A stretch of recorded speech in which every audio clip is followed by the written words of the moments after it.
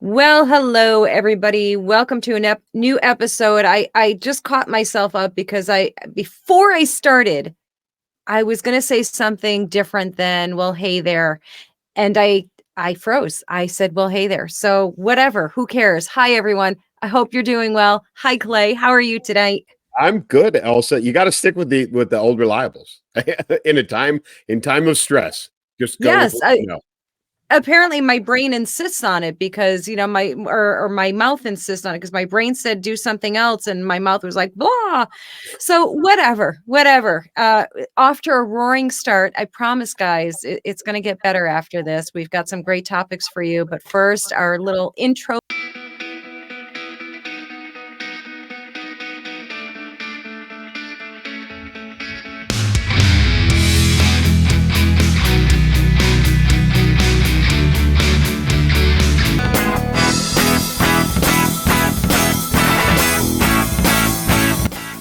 Well, y'all, clearly I'm out of sorts. Hopefully you're not out of sorts, Clay. You got to keep this train running on the track. So you're going to be able to do that with me tonight?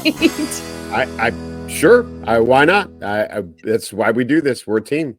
One of us falls, the other Exactly. one picks it up and runs with it. That's all.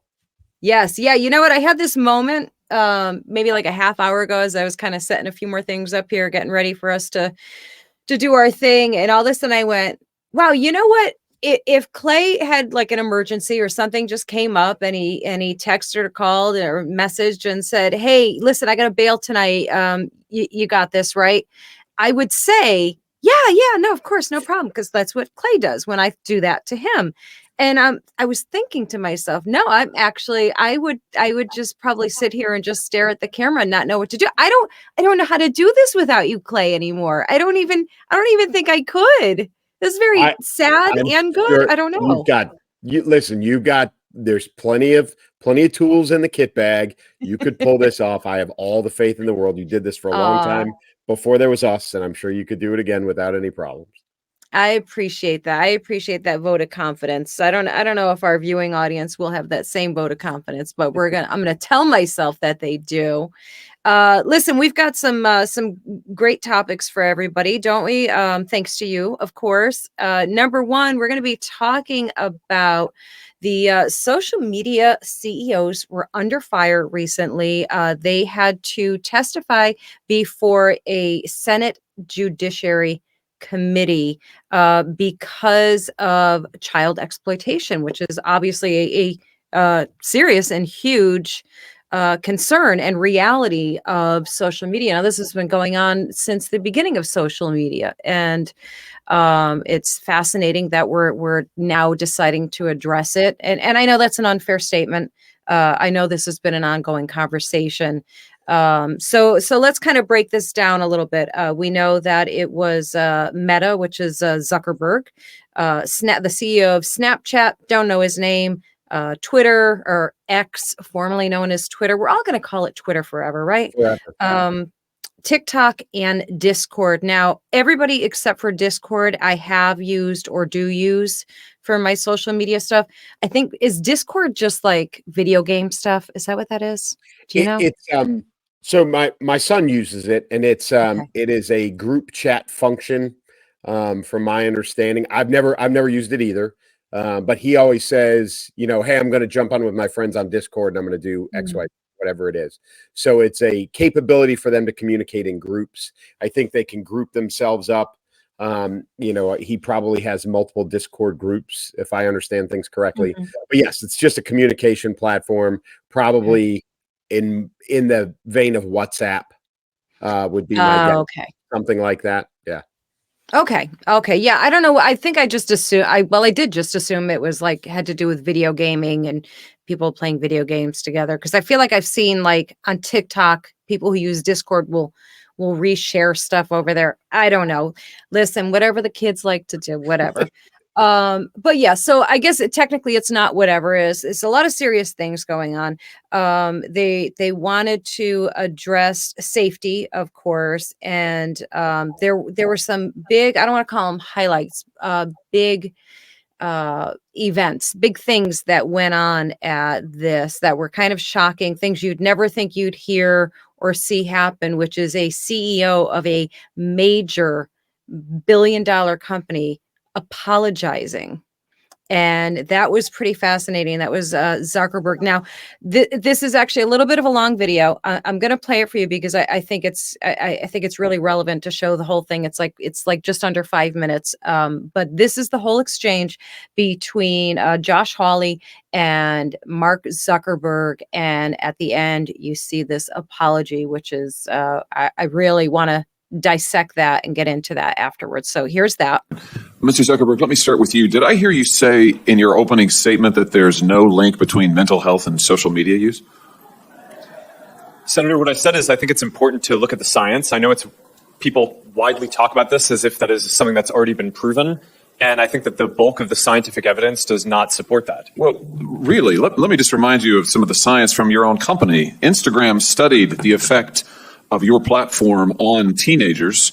Let me just read you some quotes from the Wall Street Journal's report on this. Company researchers found that Instagram is harmful for a sizable percentage of teenagers, most notably teenage girls. Here's a quote from your own study. Quote, "We make body image issues worse for 1 in 3 teen girls." Here's another quote. "Teens blamed Instagram," this is your study, "for increases in the rate of anxiety and depression. This reaction was unprompted and consistent across all groups." That's your study. Senator, we try to understand the feedback and how people feel about the services. We can improve. Wait a minute. Your own study says that you make life worse for 1 in 3 teenage girls. You increase Senator, anxiety and depression. That's what it says. And you're here testifying to us in public that there's no link. You've been doing this for years. For years, you've been coming in public and testifying under oath that there's absolutely no link. Your product is wonderful. The science is nascent, full speed ahead, while internally you know full well your product is a disaster for teenagers. Senator, and yet you that's keep not true. right on doing what you're doing. Right? That's not true. That's not true. Let me show you some other facts I know that you're familiar with. Wait a minute. That's not a question. That's not a question. Those are facts, Mr. Zuckerberg. That's not a question. Those aren't facts. Let me show you some more facts. Here's some information from a whistleblower who came before the Senate, testified under oath in public. He worked for you. He's a senior executive. Here's what he showed he found when he studied your products.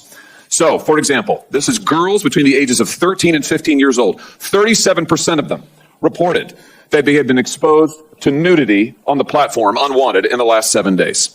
24% said that they had experienced unwanted sexual advances. They'd been propositioned in the last 7 days. 17% said they had encountered self-harm content pushed at them in the last 7 days. Now, I know you're familiar with these stats because he sent you an email where he lined it all out. I mean, we've got a copy of it right here. My question is, who did you fire for this? Who got fired because of that?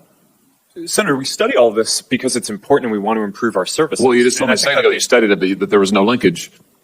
Who did you fire? I said you mischaracterized. 37% of teenage girls between 13 and 15 were exposed to unwanted nudity in a week on Instagram. You knew about it. Who did you fire? Senator, this is why we're building all. Who did you fire? Tools. Senator, I don't think that's. Who did you fire? I'm not going to answer that. Because you didn't fire anybody, right? You didn't take any significant action. It's appropriate to talk about it's not appropriate. Decisions. Do you know who's sitting behind you? You've got families from across the nation whose children are either severely harmed or gone, and you don't think it's appropriate to talk about steps that you took? The fact that you didn't fire a single person? Let me ask you this. Have you compensated any of the victims? Sorry? Have you compensated any of the victims? These girls, have you compensated them? I don't believe so. Why not? Don't you think they deserve some compensation for what your platform has done? Help with counseling services, help with dealing with the issues that your service has caused? Our job is to make sure that we build tools to help keep people safe. Are you going to compensate them? Senator, our job and what we take seriously is making sure that we build industry-leading tools to find harmful content, make money, take it off the services, to make money, and to build tools that empower parents. So you didn't take any action. You didn't take any action. You didn't fire anybody. You haven't compensated a single victim. Let me ask you this. There's families of victims here today. Have you apologized to the victims? Would you like to do so now? Well, they're here. You're on national television. Would you like now to apologize to the victims who have been harmed by your product? Show them the pictures. Would you like to apologize for what you've done to these good people? I'm sorry for everything that you've done. It's terrible. No one's got to go through things that your families have suffered. and this is why we invested so much in you doing these big efforts to make sure that no one has to go through the types of things that your families have had to suffer. You know, why, Mr. Zuckerberg, why should your company not be sued for this? Why is it that you can claim, you hide behind a liability shield, you can't be held accountable? Shouldn't you be held accountable personally? Whew.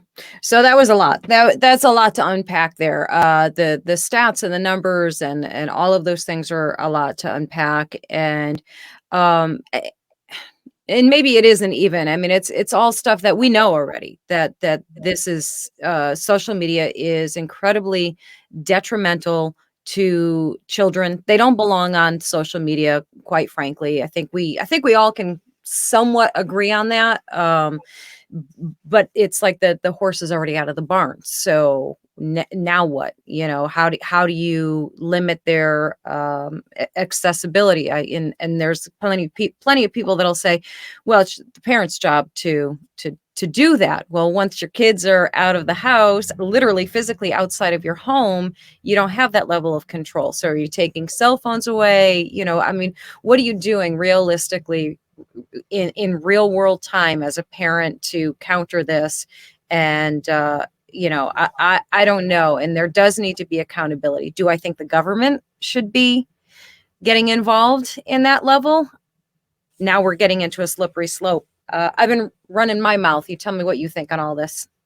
So I will tell you that, you know, Senator Hawley, and if you watch more of the footage, this entire scene recreated itself multiple times. Senator Kennedy, Senator Cotton, Senator Blackburn, it was all the same thing. They got a different CEO up there. They got badgered by the congressman. This is an important conversation for all of us to have. Our elected leaders, to me, look like assholes. Pardon my mouth. Mm-hmm. This is not the way to have this conversation. It's not. Right. Counterproductive. There was nothing accomplished other than grandstanding. Absolutely zero. That whole thing, if Senator Hawley tried that in a court of law in the United States, as a lawyer, the judge would hold him in contempt for badgering a witness. Period. Mm-hmm. If that was Zuckerberg on the stand being examined by a prosecuting or defense attorney, and he talked to him like that and didn't let him answer and just badgered him like that, that would not stand in a court of law. But our congressmen get away with it because the rules are not the same. Senator Cotton did the same thing with the, I think it was the CEO of Snapchat. Snapchat, yes. You know, Senator Blackburn did it with Zuckerberg, and she looked exceptionally dumb because she said, "Oh, you know, Mr. Zuckerberg, you reduced these children to the value of $270. That's the value of their lives," because his company did what companies do, and they did the math. We have X amount of teenagers. We spend this amount of advertising. We spend, you know, there's this much return. They did the math, and it came out to $270 per head. You did not say, nor would any business ever value a human's life at $270. Valued them as a customer at $270, right? That's what businesses do. But our national level leadership can't help themselves and can't control themselves to have a meaningful conversation on an extremely meaningful topic. Yeah. Do exactly what you talked about, which was get to the bottom of what is the best way to manage this. You know, yes, do parents hold some responsibility? Sure. Does the government need to get involved with censorship? Because that's what you're starting to get into. Right. I'm not on board with that. You know, should the platform regulate what people say on it? Well, we kind of ran into that with the last election, right? This is why Elon Musk bought Twitter, turned it into X, because our government and the mainstream media were in cahoots with Twitter to suppress our, you know, people, elected officials, from using it in the way that they saw fit. Right. So this is a very, very slippery slope. And I will tell you that entire, however many days that was that they were testifying, was 100% wasted taxpayer money. They accomplished absolutely nothing. It was stupid. It was a Yeah. waste of time. That's my opinion. I think they should all be ashamed of themselves because it was a great opportunity that they wasted by running their mouths. Okay. Right. I'm off of my soapbox. I'm kicked.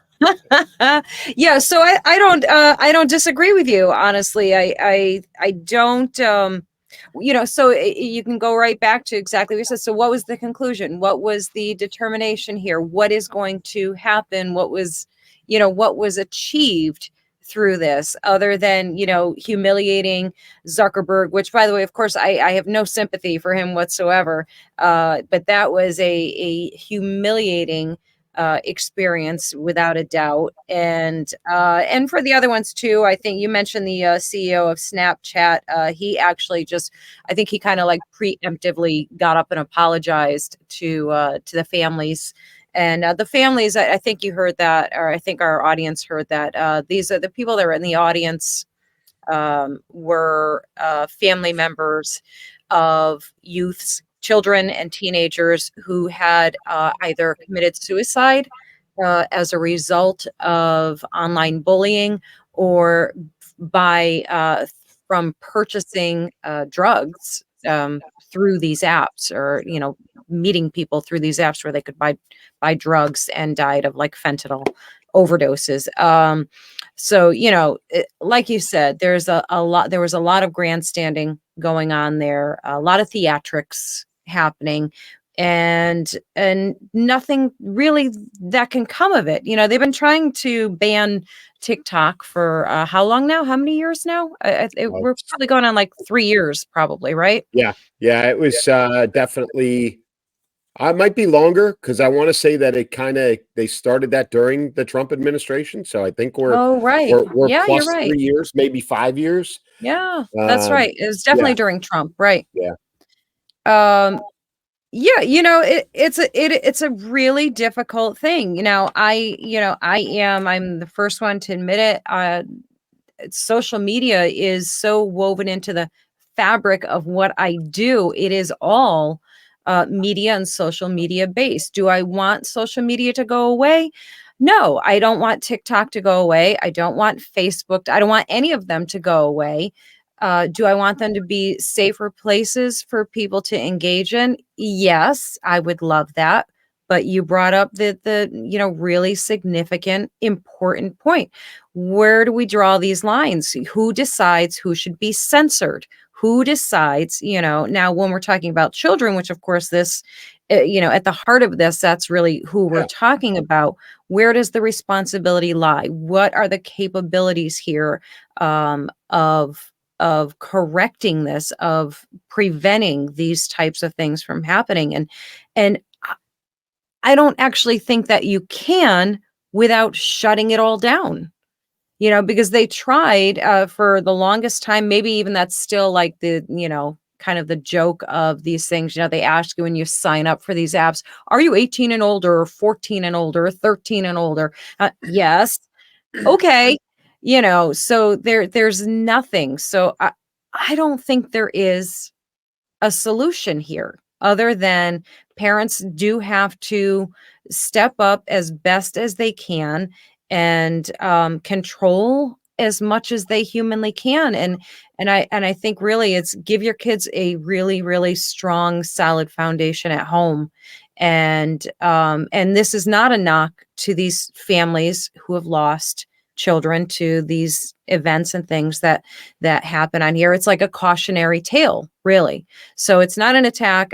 I'm not accusing them of being negligent parents. Everybody's just doing the very best that they can. And and I think because of what's out there, we have to do more, and we have to try harder.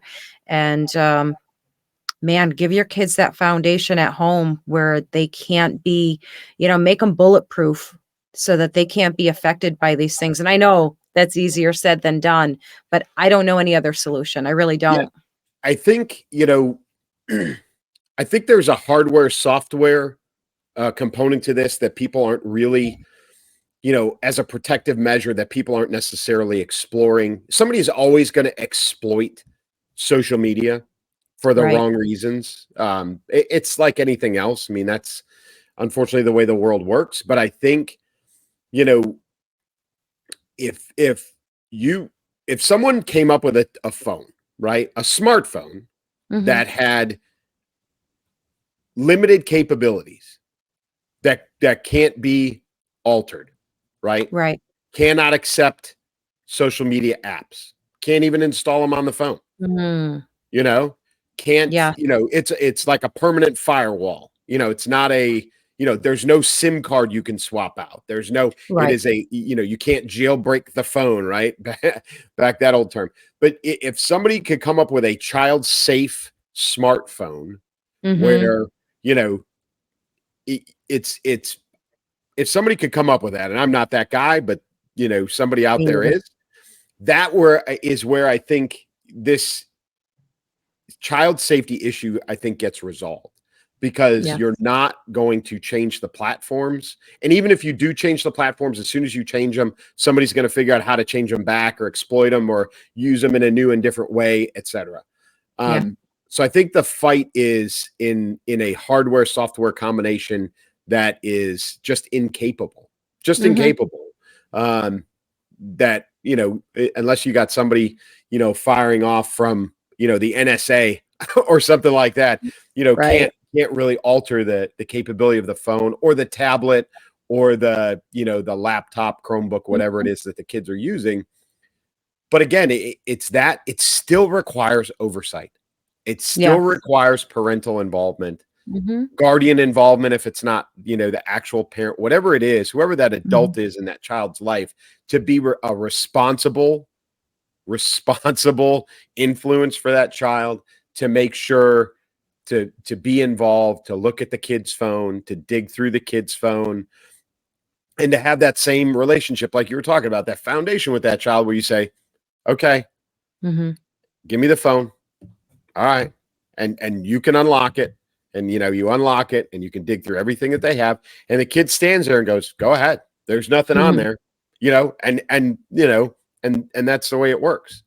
Right. And if you have great kids and you have a great relationship with your kid, and you know, then maybe you don't have to worry about this. But even if the kids do everything right, there's still Mhm. horrific, horrible adults out there that are going to try and exploit this. And that was one of the Yeah. things that really upset me the most about, you know, Senator Hawley beating up Zuckerberg. And again, I don't have any sympathy for that guy either. But Mhm. you know, when he's like, oh, 17 girls, I think was the number used, have been exposed to nudity, unwanted nudity in the last week. You know, what are you going to do about it? Well, Mhm. Senator Hawley, what are you going to do about the criminals who are offering pornography to minors? Like, what are you Right. doing about that? You're going to pass Mhm. another law that nobody pays attention to because you're a congressman and that's all you can do. But you're Mhm. going to sit there and yell at Zuckerberg because he hasn't gone in and personally monitored every piece of communication that's happened across the Meta platforms. Give me a break. Right. It was just a horrible wasted opportunity. I think our congressional leadership and especially that Judiciary Committee should all be ashamed of themselves. It was a gross waste of everybody's time. It was terrible. Mhm. Yeah, and it comes across certainly, and I think it certainly is just their way of pretending to appease a crowd of people who are, coming Yes. in there and shaking their fists at them and wagging their finger and saying, "You need to do something about this." Oh, okay, we'll do something, sure. And they know perfectly well that essentially their hands are tied, that this is, so far out of their capabilities of squashing, of doing anything about. Um, uh, yeah, it was basically a joke. And yeah, and the funny thing is too is I read somewhere that the very measures that they're like recommending and suggesting, it's all of the kids are the ones that are going, it'll no, leave it alone. The kids are all going, no, it's just stay out of our business. Leave our stuff alone.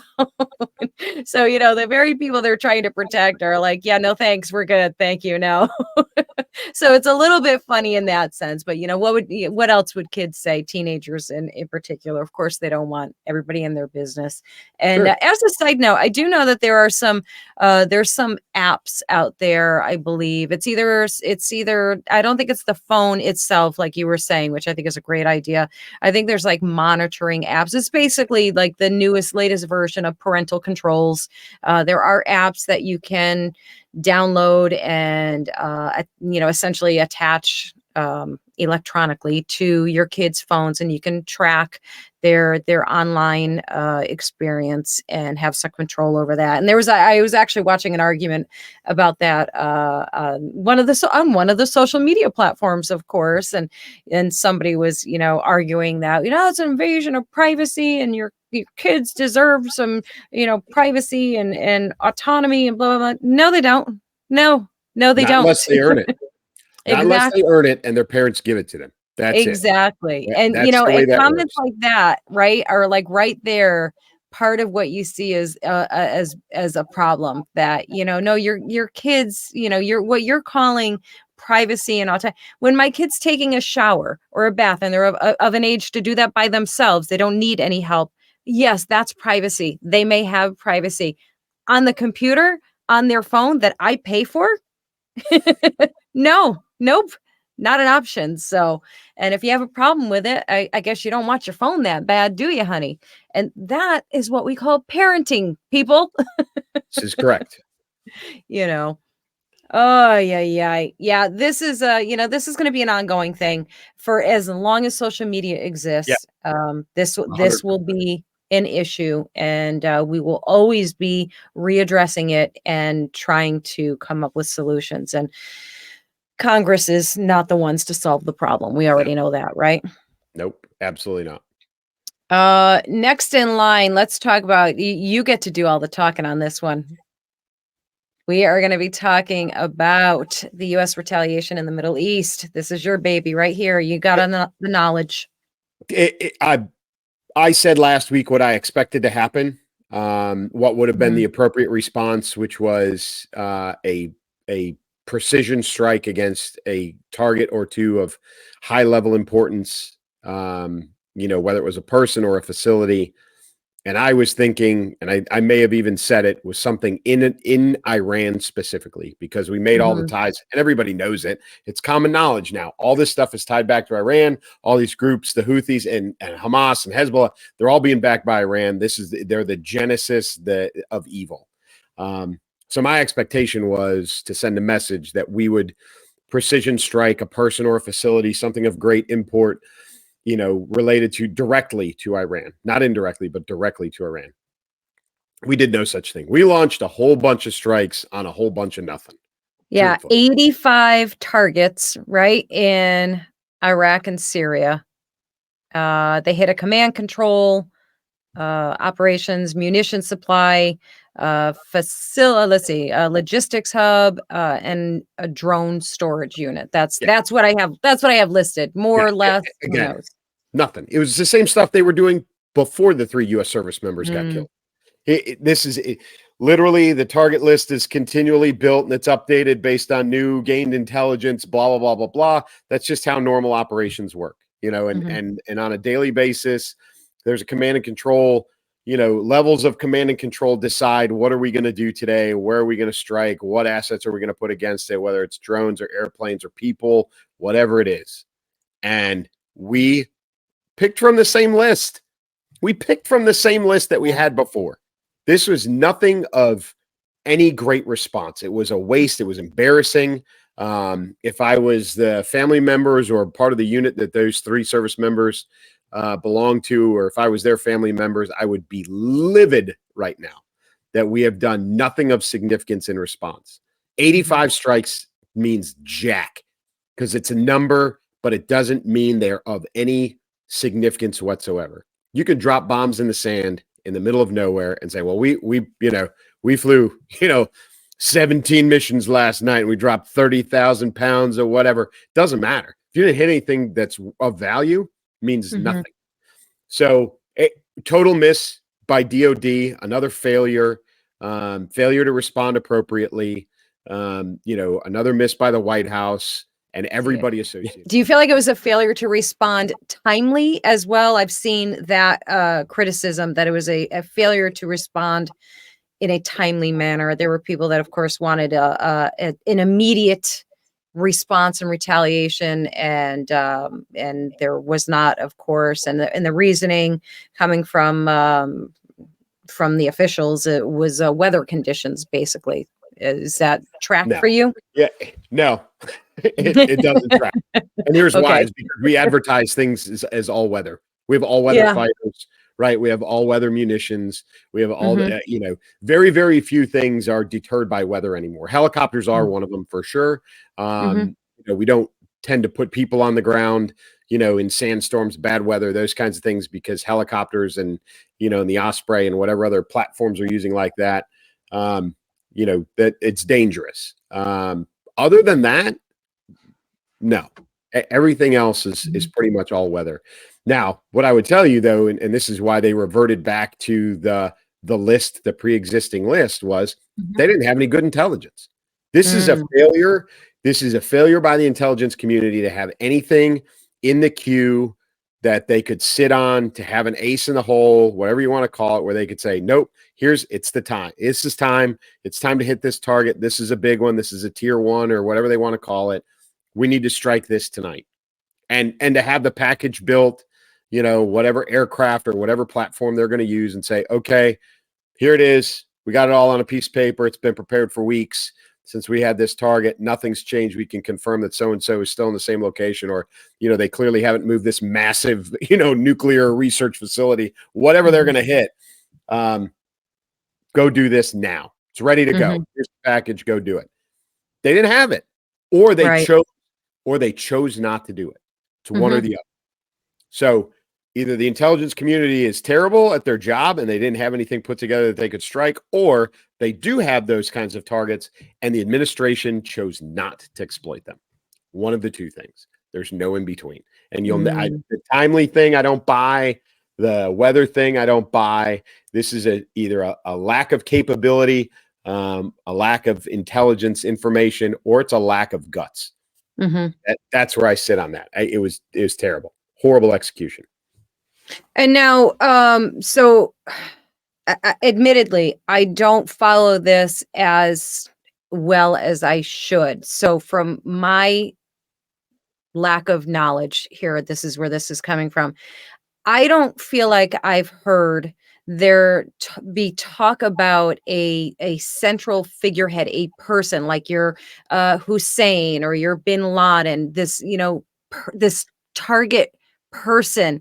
Am I completely wrong that there isn't like this figurehead essentially that they're gunning for, who's running everything, or is there just so many players, so many groups and factions of groups? What's the actual So again, everything's backed by Iran and the Iranian government, and we did strike the general, a couple of years ago, that was running the Iranian Republican Guards, the Quds Force. What was his name? Soleimani, right? So they killed him in Iraq with a strike, and that, pissed off everybody in Iran and in that part of the world. So of course they have a replacement for that guy. Like, there's a new commander, that job should be the most dangerous job on the planet, is to command that organization, because you should know when you take that over, you are, in the top 5 on the US kill list every day. And if you step out of line, they're going to know where you are and they're going to smoke you where you stand.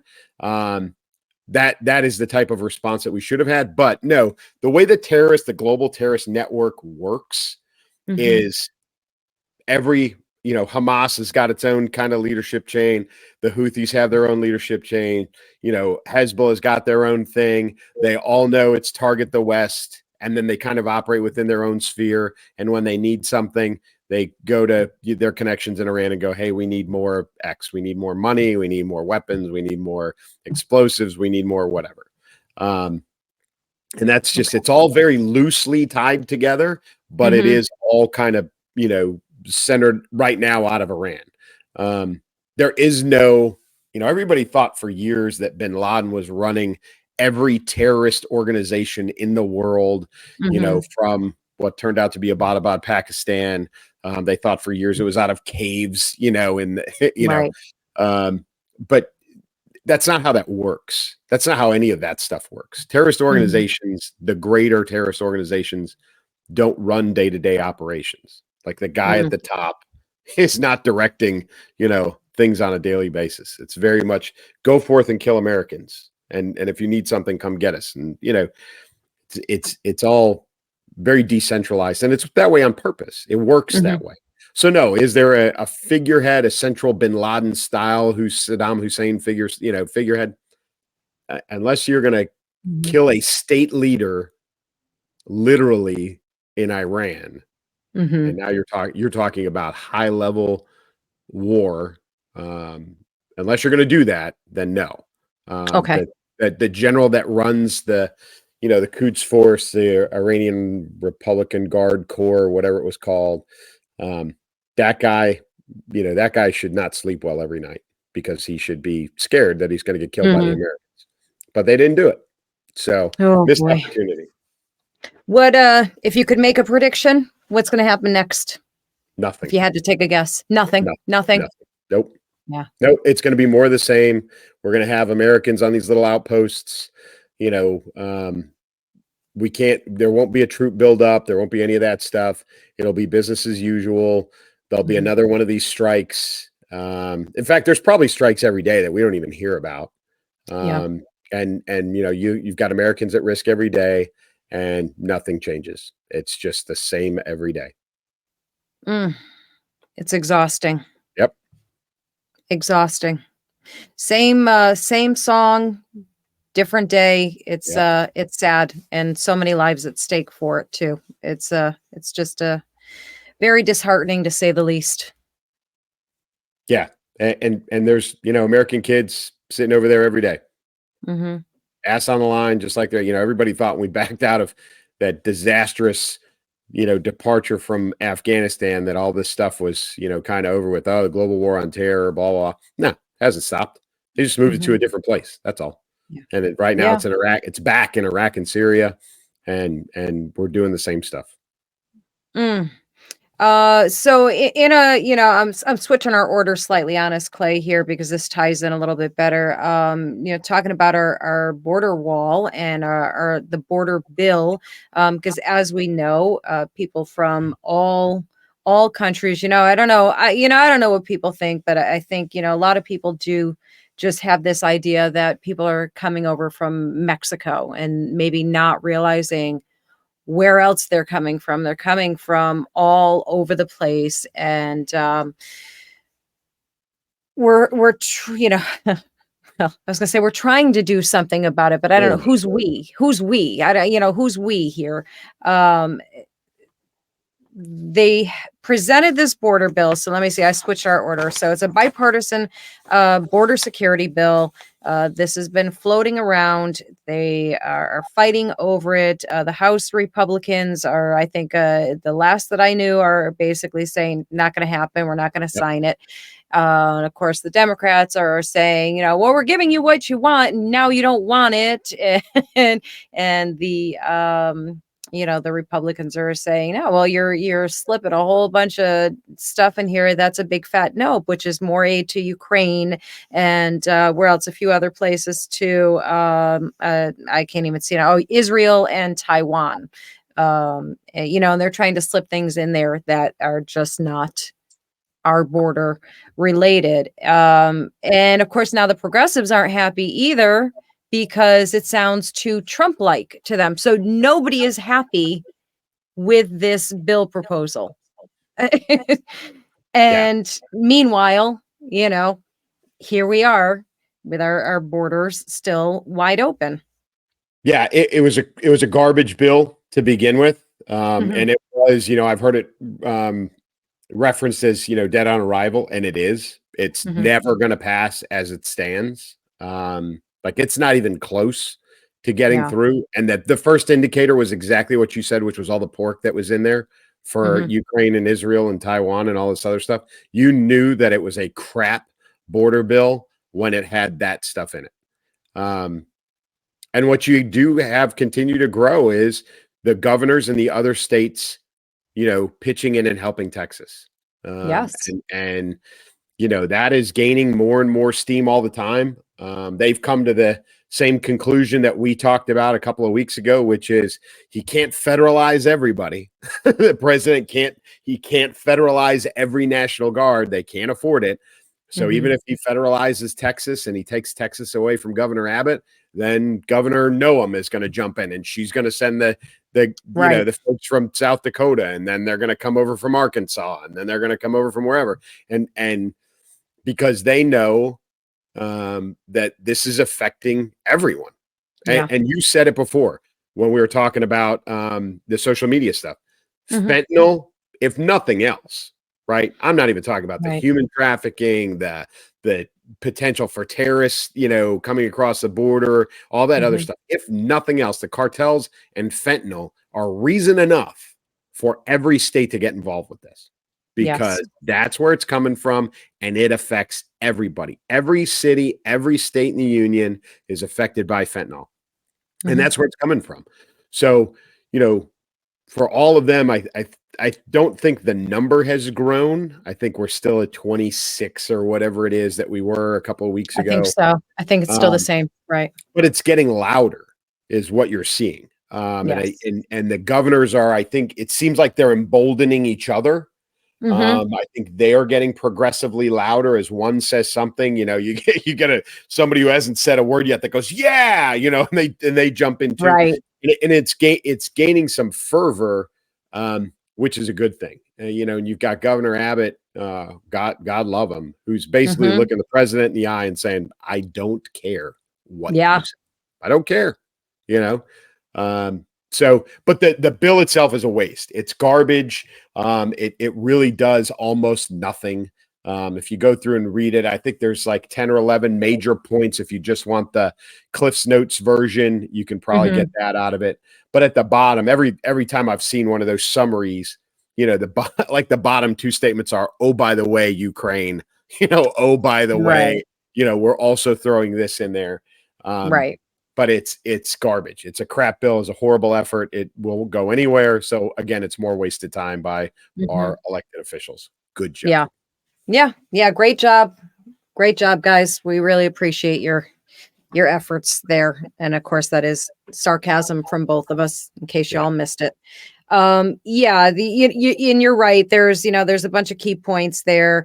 And, what's going to happen is what always happens is that everyone on the left is going to say, well, we tried, but Republicans don't want it. They say they want this border but they really don't, because they won't put this bill through.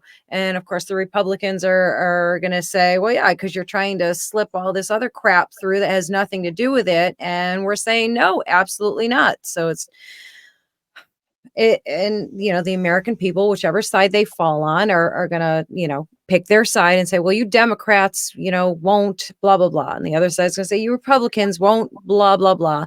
And the people that are actually reading everything.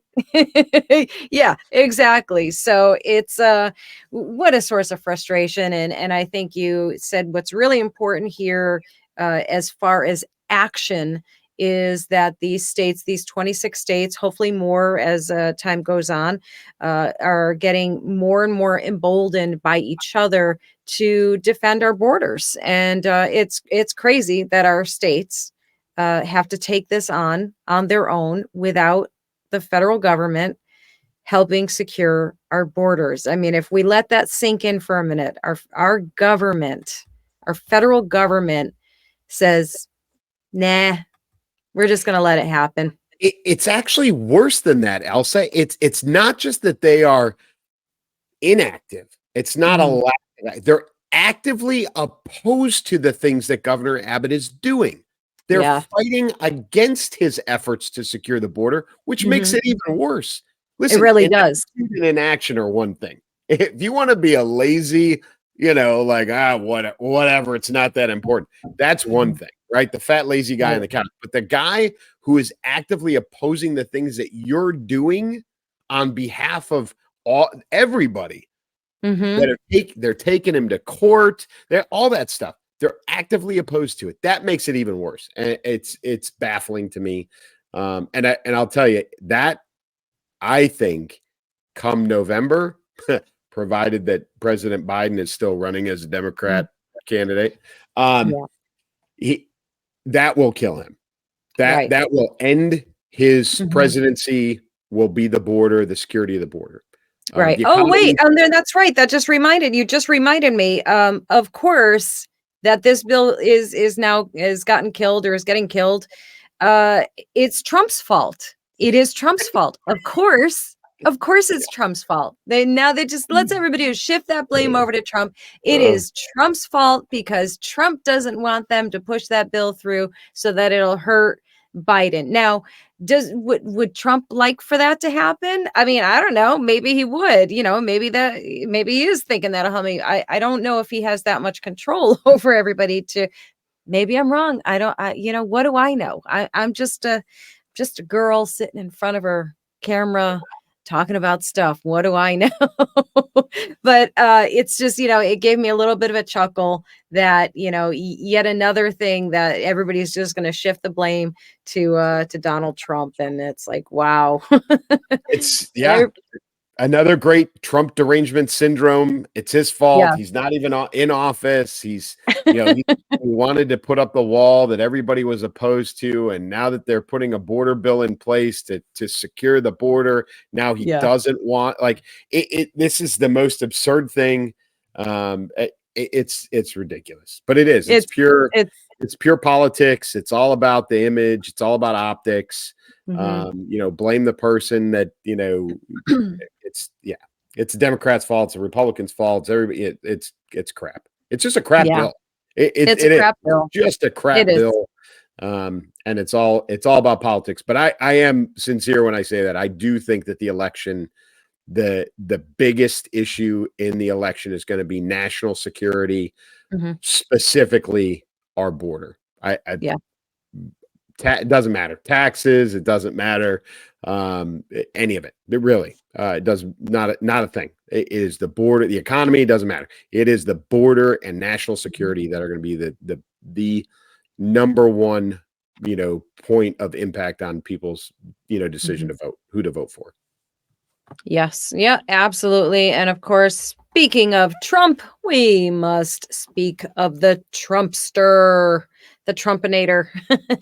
We're going to talk about his VP pick. Now, he floated out, I'm sure you guys all know, a couple weeks ago, he floated out that he knew who he was going to pick, but he wouldn't say. And now he's put up 2 names for us to ponder.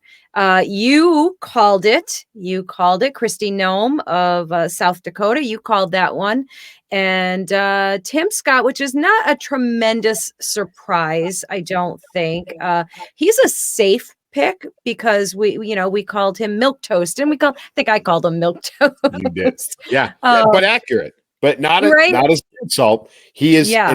And your description is actually perfect because that's exactly what President Trump said. Is like he counters my personality, in that interview where he talked about him. That's exactly what President Trump said. You got my personality, but then you got his personality.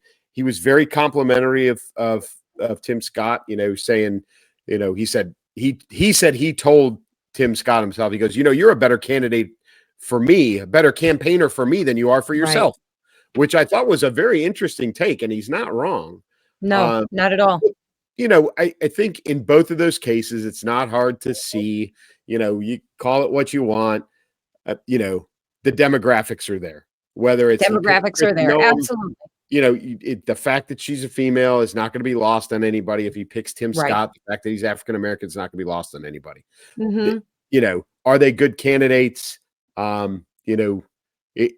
It's almost impossible not to draw the Kristi Noem, Sarah Palin comparison. I think Kristi Noem is presents better. I think Sarah Yeah. Palin was actually really, really smart, and I think she was a Mhm. really good governor in Alaska. Unfortunately, she had that Alaska hockey, mom kind of accent, and everybody just thought she was an idiot. They Yes. did. Yes. Christy Noem Those comes across, accents do it every time. yeah, Christy Noem comes across very, very polished, right? Very, Yeah. no accent. She's got that Right. straight Midwest thing where she has no accent. Mhm. And she presents very well. So she's not a bad pick, but I said this before. She's governing South Dakota. Mhm. No offense. It's not all that Sure. difficult. Everybody, 90% of the state probably thinks the same. It's a sparse population. I think the most Mhm. sparse in the union. Maybe North Dakota's Mhm. worse, but it's not even as challenging as what Governor DeSantis does in Mm. Florida, Right. right? Right. Again, I'm not taking anything away from her, but governing South Dakota is not governing New York or California or Illinois or Texas or Florida. Tim Scott, I think we were both, I won't say unimpressed, but maybe it is unimpressed. Is it unimpressed? Is that what I you would think it's classify it? I think it's kind of unimpressed, and I guess it's probably, all of these central figures have all in one way or another been very dynamic, whether you love them or you hate them. Even Chris Christie Yeah. is in his own irritating way, for lack of a better word, dynamic. We're going to give him dynamic. He's not dynamic. I know. Let's call him that. You watch him, you listen to him, and it's mostly, of course, to see what stupid thing he's going to say, but you're watching him. Nikki Haley, you're watching her. Vivek, you're watching him. Tim Scott, you kind of forget he's there. He's and it sounds like I'm being really mean to him. And the very thing that I'm sounding like I'm criticizing him for, I actually feel like could be a really good thing. I personally, maybe this may be a surprise after all the things I just said. I personally lean more towards him for a VP pick than I do Christie, because I think Christie is like Trump in many ways. She models herself and her beliefs, and I'm not saying that she doesn't believe it, what she says and what she does. I believe that she does, but she's not quite a female Trump. She's not there, but Trump-like in opinions and presence and things like that. Whereas Tim is a good balance, like Trump himself said. I think there's a great balance there. And you do have to look at, you have to take very seriously that Donald Trump is what, 76, 77, I think he is. I'm not even sure, but he's in his 70s. He seems very robust, all of the things. However, you have to take into consideration that who is next in line if something should happen to the president? Who do you want to see? I'm not saying Kristi Noem couldn't do a phenomenal job. I have no idea what kind of job she could do. I do know that because Tim Scott is so level, he might be very appealing in a lot of ways. So I'm sitting here like this, just wondering who he will pick, who he's going to pick. I'm very, very curious. I lean towards Tim Scott. What do you think? I think he's the better pick for Mhm. sure.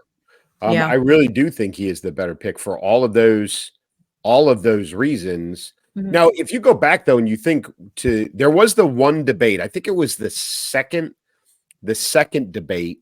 He got a little fiery, but that was one of those debates where everybody got fiery. So even when he was riled up, he still got lost in the shuffle because everybody was riled up, Right. So I don't think we've seen enough of him. You know what I mean? Yeah. Like, I think Kristi Noem has taken great opportunities to put herself at the forefront. I think everybody who has paid attention has seen plenty of her. Mhm. I mean, she's taken on the administration with the whole Mount Rushmore 4th of July celebration the last 3 years, right? Yep. So she's taken opportunities, and we've seen a lot of her. I don't think that we as a nation have seen enough of Tim Scott to make a good solid read on him. Right. But I do think I agree with you. I think he is the better candidate of the two for the long term. And again, you have to think plus 4 years, right? Right. And we've already talked about the deal that DeSantis made. I guarantee you that happened. So 4 years from now, what happens to Trump's vice president? Right. Does Trump's vice president turn around and run for president? Right. Or does Trump's vice president turn around and go, you know what? It was a fun 4 years. I'm out. Right. I think the thing you'll never see happen is whoever his vice president is turns around and says vice president for whoever for DeSantis. You won't see that happen. So you got to look even 4 years down the road. Although I don't know if President Trump really takes that into account. I don't think he cares all that much. I guarantee he doesn't care about the GOP's opinion. But that individual has to take that into account. So if it's Tim Scott, he has to think 4 years ahead and go, okay, well, if I take this, what do I do 4 years from now? Am I prepared to walk away and be done and be okay being a vice president? Am I going to run for president knowing that they made the deal with DeSantis? You know, Kristi Noem's got to do the same thing. Now, in that case, I think that she is more apt to take the 4 years and turn around and walk away and go back to South Dakota. So I don't know. I don't know how all that plays into the decisions, but I think that Tim Scott is the better pick of the two. Just my look opinion. at that. We agree again. How about that? We got to stop doing it so much. I know. We're gonna have to have like an argument over something and get really fired up. And I'm gonna find something. One of these days, I'm gonna pick a topic that you and I are gonna adamantly disagree upon. It's gonna happen. I don't know what it is. It'll probably surprise us too. It'll probably I bet it will. I bet it will. It'll be the surprise everyone. The Pepsi Coke argument. Less filling tastes great. I don't know. It'll be something along those lines, but yes, we will find something that we'll have like a Whopper Big Mac argument at some point. Yes, or it will be something very, very. It'll be something stupid along those lines. It will. Yeah. But we'll find something. I promise. We will, guys. Don't you worry. You'll get to see us fight someday. Yeah. Something we will not fight on. Our last thing we're throwing in here, because it just happened. Very sad news. Toby Keith, country star, country legend icon, just a great, good old boy. Toby Keith has passed away at age 62. I'm assuming it's, of course, he had stomach cancer, and I'm sure it was due to complications or deterioration from that. And very, very sad. I am a Toby Keith fan. I've seen him in concert. Just a America loving man who truly shared his love for country in everything he did, particularly his songs. So very, very sad loss. And I was really sad to hear that. Yeah, he was the voice for post 9/11. Yes. The red, white, and blue. I mean, that, I still get, a little bit of chills from that, being somebody who that obviously great impact on my life. Or if you want to have a lot of fun, go back and listen to the Taliban song, which is always entertaining.